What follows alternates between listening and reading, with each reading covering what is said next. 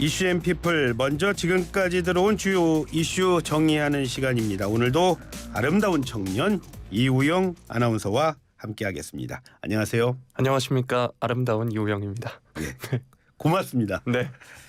자, 첫 번째 소식은 이상민 행정안전부 장관에 대한 탄핵안 결국 가결됐습니다. 헌정사상 처음 있는 일이죠? 맞습니다. 이상민 행안부 장관에 대한 탄핵소추안 어제 국회에서 더불어민주당 주도로 통과가 됐습니다. 이 장관 탄핵안은 어제 본회의 개의 후에 1시간 22분 만에 통과가 됐는데요. 제적 의원 299명 가운데 293명이 무기명 투표를 했고요. 찬성 179명, 반대 109명, 무효 5명이었습니다.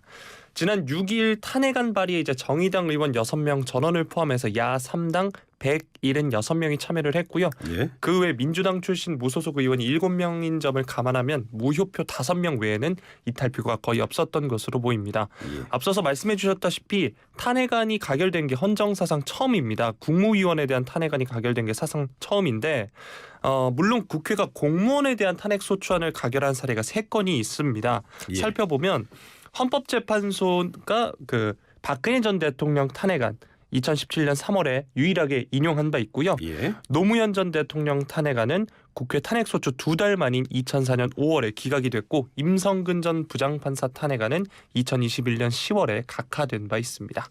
그러니까 장관에 관한 탄핵안, 그러니까 국무위원회에 관한 탄핵안은 이번에 처음으로 가결됐다 이 말씀이시죠? 맞습니다. 탄핵안 표결 들어가기에 앞서서 국민의힘도 무슨 움직임이 있었습니다. 맞습니다. 송원석 국민의힘 의원이 예. 먼저 법제사법위원회 회부에서 조사하자라는 동의안을 제안하기도 했는데요. 이게 예. 부결이 됐습니다. 반대 제적 289명 중에 찬성이 106명이었고 반대가 181명으로 이제 부결이 됐는데요. 예. 송 의원이 민주당이 이 헌법이 정한 탄핵 요건을 전혀 찾아볼 수 없게 이를 철저히 무시하고 탄핵 절차를 형해화하려고 하고 있다 이렇게 주장을 했는데 원래 이제 김진표 의장이 사회 분야 대정부 질문을 마친 뒤에 탄핵안을 상정할 계획이었습니다. 그렇죠. 네, 그런데 이제 민주당 의원들이 의사일정 변경 동의안을 제출하면서 탄핵안 표결이 가장 먼저 본회의에 상정이 됐습니다. 어제 저와 이우영 아나운서가 얘기할 때만 해도 대정부질이 끝난 다음에 한다고 그랬었는데요. 네, 맞습니다. 민주당 안에서도 이번 탄핵안 강행이 좀 무리다 이런 말이 있는 것 같아요. 맞습니다. 5선 중진인 이상민 의원이 중앙일보 유튜브와 인터뷰를 가졌는데요. 예. 탄핵소추 요건의 근거가 명확하지 않아서 헌법재판소에서 기각될 가능성이 높고 후폭풍도 만만치 않을 것이다 이렇게 얘기를 했습니다. 그러면서 당내 법조인 출신으로 탄핵안이 헌재 인용될 것이라고 주장하는 의원들이 있는데 사법시험 볼 때 헌법 공부 제대로 했는지 의문이다 이렇게 꼬집기도 했고요. 네. 지도부로부터 그럼 표 단속을 받았나라는 질문을 받고 이 의원이 정직하게 얘기해야 되냐 이렇게 반문을 하면서 예. 누구로부터 종용받았다고 영향을 받을 일이 아니다고만 답했습니다. 탄핵안 가결되니까 대통령실에서는 어떤 입장을 보였나요? 네, 일단 20분 만에 공식 입장을 20분 냈습니다. 만에요? 네, 예. 의회주의 포기다. 의정사의 부끄러운 역사로 기록될 것이다. 이렇게 반달을 했는데요. 예. 원래 이게 입장문이 김은혜 홍보수석이나 이도훈 대변인 명의로 이렇게 나오곤 하는데 예. 이번엔 대통령실 명의로 나온 점이 주목할 만한 점입니다. 예. 대통령실 핵심 관계자에 따르면 국무위원회 탄핵안이 의결된 건 굉장히 중요한 문제이기 때문에 대통령실 전체의 입장으로 낸 것이다. 이렇게 설명을 했습니다. 대통령실의 이름으로 했답니다. 여당인 국민의힘 반응도 궁금합니다. 네, 굉장히 거세게 반발을 했습니다. 곧바로 이제 가결 직후 곧바로 본회의장 밖 로텐도홀에서 국민의힘 의원들이 규탄 대회를 열었는데요. 네. 거대 야당의 슈퍼 갑질이다. 협박 정치 중단하라라면서 구호를 외쳤습니다. 정진상 비대위원장도 대한민국 헌정사에서 씻을 수 없는 오점을 남기는 반헌법적 폭거이자 의회주의 파괴다 이렇게 말했습니다. 자, 가결이 되면서 이제 이상민 행안부 장관의 직무는 일단 정지가 됐습니다. 네, 맞습니다. 예, 이제 그렇다면 파면 여부 이거는 언제 결정이 납니까? 네, 일단 어제 오후 5시쯤 국회로부터 인편으로 이 장관이 이제 소추 의결서를 전달을 받았기 때문에 장관으로서 직무가 정지가 됐는데요. 이 최종 탄핵 그러니까 파면 여부는 헌법재판소가 탄핵 심판을 열어서 통상 180일 이내에 결정을 한다고 합니다. 180일이네요. 네, 근데 오늘 법조계에 따르면 헌재가 이 장관 탄핵 소추 의견서를 제출받고 즉시 사건 번호를 부여했다고 하는데요. 예. 네, 사건 번호가 2023 헌나 1인데 이 예. 헌나라는 말은 헌재가 담당하는 사건 중에 탄핵 심판을 의미를 하고요. 예. 탄핵 심판으로 2023년 1호 사건을 의미하는 겁니다. 예. 이제 헌재가 조만간 주심 재판관을 지정할 예정이라고 하는데 예. 윤석열 대통령은 헌재의 결정이 나올 때까지는 이 장관을 해임할 수도 없는 상황이라고 합니다. 헌재 판단의 속도가 빨라질 수도 있다 이런 말씀으로 정리가 되겠네요. 네. 두 번째 소식도 역시 정치권 소식 가져오셨어요. 국민의힘 차기 지도부 뽑는 예비 경선 결과가 이제 내일 나오게 되는 거죠? 맞습니다. 국민의힘 선거관리위원회가 어제 오늘 이틀 동안 책임 당원 6천 명을 대상으로 예비 경선 여론조사 실시한다 밝혔었습니다. 예. 지난 2021년 전당대회 때는 당원 50, 일반 국민 50%의 비율로 진행한 바 있는데 이번에는 이제 당원 100% 비율로 선출하는데요. 그렇게 그랬죠? 네, 예. 국민의힘은 오늘 책임 당원 6천 명을 대상으로 시행한 여론조사를 이제 마무리합니다. 그리고 내일 본경선에 진출할 당대표 후보 4명 또 최고위원 후보 등을 발표할 예정입니다. 국민의힘의 그 여론조사 말고요. 네. 그 최근 여러 여론조사 결과도 또 나오고 있지 않습니까? 거기 보면 이제 김기현, 안철수 두 양강이라고 이제 얘기를 하죠. 네. 1, 2위 서로 엎치락 뒤치락 하고 있어요. 맞습니다. 먼저 SBS가 넥스트 리서치에 의뢰한 여론조사를 보면 예. 안철수, 김기현 후보가 일단 선두를 다투고 있고 예. 황교안, 윤상현 후보가 뒤를 이었습니다. 예. 양자 대결을 살펴보면 안철수, 김기현 두 후보가 오차 범위 안에서 경합을 벌이고 있는데요. 예. 안 후보가 45.1%고 김 후보가 38.4%의 지지율을 기록을 했습니다. 예. 또 리얼미터가 미디어 트리뷴 의뢰로 진행한 여론조사를 보면 여기선 김기현 후보가 1위, 안철수 후보가 2위를 기록을 했는데요. 예. 두 후보 간의 차이가 오차 범위 바뀐 14.9%포인트였고 여기선 예. 천하람 후보가 9.4% 지지율로 뒤를 이었습니다. 예. 리얼미터에서도 이제 가상 양자 대결을 살펴보면 김기현 후보가 52.6%로 과반의 지지율을 기록하면서 39.3%에 그친 안철수 후보를 오차 범위 밖에서 앞질렀습니다. 말씀하셨으니까 천하람 후보 얘기해 볼게요. 다크호스라는 의견이 요즘 많습니다. 맞습니다. 천 위원장은 지난해 이준석 전 대표가 당대표일 때 당혁신위원으로 참여를 했고 예. 이준석계다 이렇게 불리고 있는데요. 예. 그러나 천 위원장이 지난 6일 YTN과 인터뷰를 갖고 이준석 아바타를 할 생각은 없다. 정치인 천하람으로 평가받겠다 이렇게 말한 바 있습니다. 예. 실제로 후원 회장도 이 전 대표가 아닌 이석연 전 법제처장이 맡고 있기도 하는데요. 이번 전대에서 이른바 윤핵관들을 간신배다, 퇴진 대상이라고 거침없이 비판하면서 윤핵관 저격수로도 불리고 있고요. 이런 천 위원장의 젊고 또 거침없는 이미지가 비윤, 반윤 표심을 결집하는 요소라는 평가도 현재 나오고 있습니다. 1986년생이니까요. 당대표 후보 가운데는 유일한 30대입니다. 위원장이라고 말씀하신 건 당협 위원장이기 때문에 위원장이라고 하신 거죠? 네, 맞습니다. 예.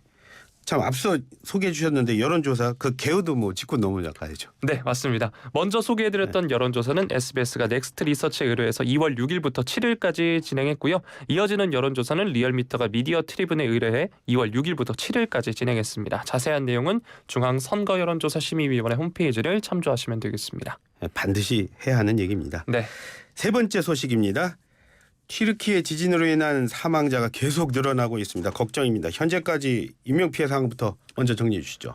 네, AP, 로이터, AFP 등 외신에 따르면 어제 저녁까지 이제 튀르키예 사망자 수가 12,391명으로 집계가 된 바 있는데요. 예. 시리아 당국이 파악한 자국 사망자 수 3,000명을 포함하면 이제 양국의 희생자 수가 15,000명을 넘어갑니다. 예. 앞서 세계보건기구가 이번 지진에 따른 전체 사망자가 2만 명이 넘을 수 있다 이렇게 전망을 했고 그렇죠. 미 지질조사국은 10만 명 이상이 될 가능성도 14%에 이른다 이렇게 추정을 한 바 있는데요. 만약 인명피해가 더 늘어난다면 2011년 사망자 18,500명이 나온 동일본 대지진 때 사망 수치까지 넘을 가능성도 있어 보입니다. 사망자 계속 늘어나는 숫자를 업데이트하면서 참 여러 가지 생각이 오고 갑니다. 이렇게 사망자 숫자를 이렇게 업데이트하는 게 과연 옳은 것인지 네. 생각할 정도로 진짜 안타까운데요. 어제 우리 교민 소식도 전해드렸습니다만 반대로 우리나라에 사는 튀르키예 분들 그분들 역시 고향에 있는 가족 동료들 걱정 많을 것 같아요. 맞습니다. 우리나라에 사는 튀르키예인이 약 1,500여 명이라고 하는데요. YTN 취재진이 몇몇 분들을 만났다고 합니다. 예. 한국에 있는 이제 튀르키예인들이 서로 이제 SNS 단체 대화방이 있는데 그렇죠. 거기가 이제 끊임없이 울린다고 하는데 왜냐하면 잠시만 눈을 돌려도 대화가 이제 수백 개가 쌓이고 그런다고 합니다. 데프네 딘잘 씨와 인터뷰를 가졌는데 이 첫 번째 강진 이후 영상 통화로 가족의 안부를 물었다고 합니다. 그런데 이제 갑자기 또 흔들린다라면서 영상이 중간에 멈추기도 했다는데요. 예. 이때 이제 두 번째 강진이 찾아온 순간이었다고 합니다. 우리 정부가 급한 구조대 현장에 도착했습니까? 네, 맞습니다. 그젯밤 10시에 출정식을 마치고 출발을 했었는데요. 현지 그렇죠. 시간으로 오전 6시 57분 튀르키예 남동부 가지안테프 공항에 도착했다고 합니다. 긴급 구호대가 이제 현지 상황을 파악한 뒤에 수색 구조 현장으로 출동하게 되는데 이 가지안테프가 이번 강진의 진앙으로 막대한 인명 피해가 발생한 곳이라고 합니다. 가장 어려운 곳으로 갔네요. 네. 마지막 소식입니다. 북한이 조선인민군 창설 75주년을 기념하는 열병식 어제 저녁에 했어요. 네, 군 당국에 따르면 북한은 어제 오후 8시 30분부터 평양 김일성 광장에서 열병식 행사를 열었습니다. 네. 구체적인 이제 ICBM의 정확한 기종이 언급되진 않았지만 어쨌든 ICBM과 순항 미사일, 전술핵 운용 부대들을 이제 동원한 열병식이 걸로 지금 나오고 있는데요. 예. 미국 상업 위성 업체 맥사가 어제 오후 10시 5분쯤에 이제 위성으로 촬영을 했습니다. 이 사진을 보면 예. 화성 17형과 함께 고체연료를 적용한 신형 미사일로 보이는 무기가 포착되기도 했고요. 예. 중장거리급 미사일을 탑재한 이동식 발사 차량이 2열 정도로 움직이는 모습도 식별이 됐습니다. 말씀하신 대로 그 조선인민군 창설을 기념하는 날이 되면 그 열병식에서는 항상 그 신형 무기가 나오기 네. 때문에 또 관심이 많았던 거고요. 참 김정은 국무위원장은 나왔습니까? 네, 모습을 드러냈습니다. 부인 리설주 여사 또 딸 김주애를 대동한 채 열병식에 참석을 했는데요. 김일성 전 주석을 연상케 하는 검은 중절모와 코트 차림으로 주석단에 올랐다고 합니다. 예. 이번에 병력과 각종 군 장비를 사열은 했는데 예. 연설은 하지 않은 것으로 전해지고 있습니다. 원래 이제 이 인민군 창설일 때 보면 건군절 때 보면은 늘 이제 연설을 한 바 있거든요. 뭐 대남이나 예. 대미 메시지를 발신할 거란 관측도 많았는데 이번에는 그냥 넘어간 것으로 보입니다. 딸이 계속 모습을 드러내고 있군요. 네. 자, 북한이 언제부턴가요? 오전이나 낮이 아니라 야간에 이렇게 열병식을 개최하고 있습니다. 무슨 이유가 있을까요? 네, 일단 야간 열병식이 조명 효과가 좀 극대화되고요. 불꽃놀이 등으로 축제 분위기를 키울 수 있다는 점에서 내부 결속 강화를 위해서 이 시간대를 고른 것으로 풀이되는데 예. 2020년 10월 11일 노동당 창건 75주년 이후로 이번이 5번째라고 합니다. 건군절이라는 이 단어 뉴스에 참 많이 나옵니다.